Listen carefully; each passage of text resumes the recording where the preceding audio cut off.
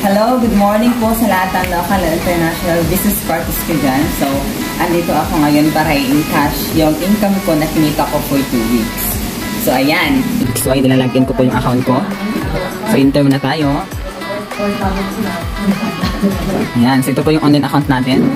So, dito po natin monitor yung income natin 24 hours basta may internet connection po tayo. So, puntahan po natin yung dashboard natin. So, yan. So, ito po yung income ko for 2 weeks. So, yan po yung ipapa-check ko po next week. So, 7 days po natin siya yung process natin dito. So, ito po yung date, September 28, 2022. So, yan. So, ngayon, diretso po tayo sa encashment.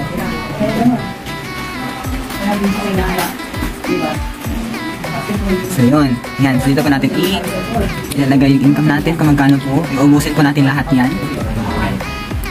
So, lagyan po natin yung cheque. And then, head office. Yun. And then, click in cash.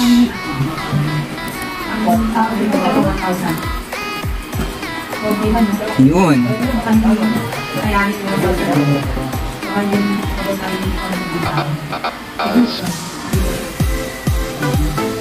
So, successful encashment na tayo.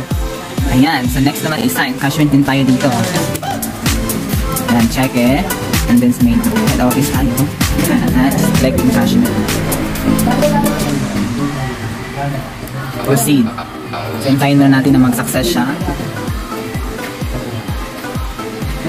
Yun, successful encashment. Ayan. So, hintayin lang po natin yung 7 days na process para makuha po natin yung check-in natin for next week.